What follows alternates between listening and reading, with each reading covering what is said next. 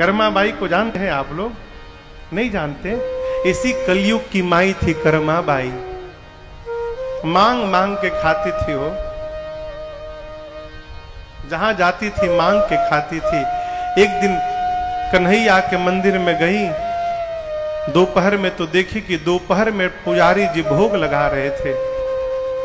कर्मा माई बोली, ठाकुर जी ये पंडित आपको भूखों मार डालेगा, बताओ सुबह से आपको भूखा रखा।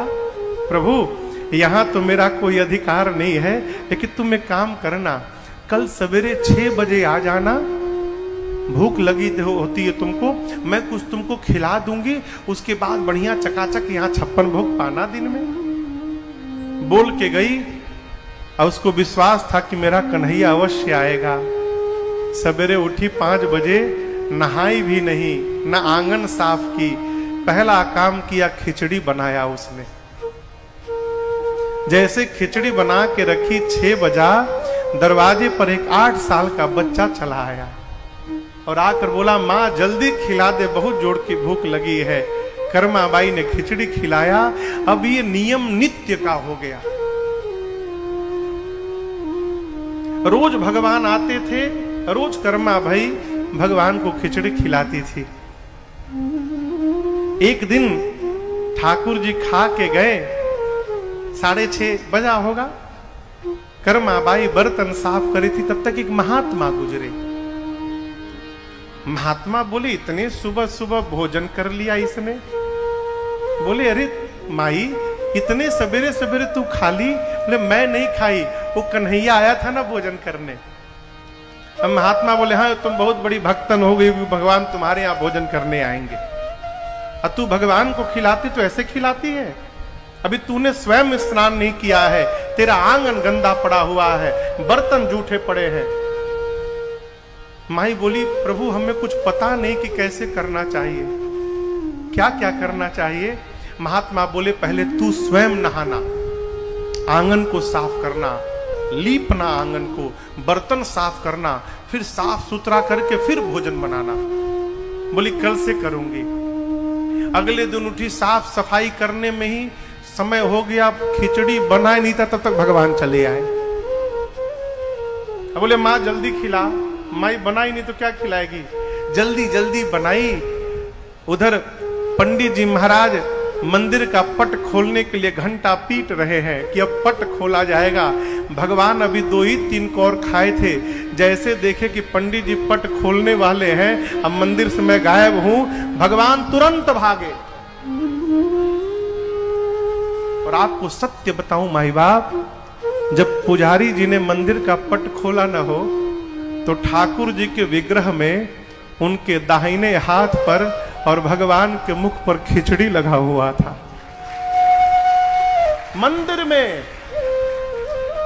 पुजारी जी की मति घूम गई।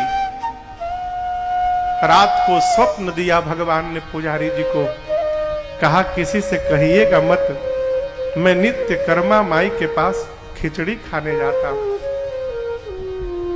मैंने पढ़ा है, जब कर्मा बाई इस संसार में नहीं रही तो उसके बाद कई दिनों तक अगल बगल के लोगों को सवेरे सवेरे कर्मा बाई के घर से एक बच्चे के रोने की आवाज आती थी। कई दिनों तक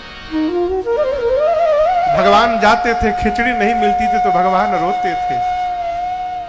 और वही खिचड़ी है कि आज भी श्री जगन्नाथपुरी में 56 भोग लगे चाहे न लगे, लेकिन जगन्नाथ भगवान को आज भी कर्मा बाई की खिचड़ी खिलाई जाती है और नित्य खिलाई जाती है। आपसे कहूं, एकादशी के दिन चावल छूना भी पाप है, खाना तो बहुत दूर। एकादशी के दिन ठाकुर जी की सेवा होती तो तिलक करके चावल नहीं लगाया जाता। केवल धरती पर एक स्थान है जहां एकादशी को भी कैद खाने में डाल दिया गया है, वो है जगन्नाथपुरी। एकादशी भगवान गए, जाकर जगन्नाथ से स्वामी से बोले कि आप खिचड़ी नहीं खाएंगे, चावल है। क्यों? मैं आया हूं, एकादशी हूं। भगवान ने कहा, तुम मेरी कर्मा माई की खिचड़ी छुड़वाने आए हो, डालो इसको जेल के भीतर।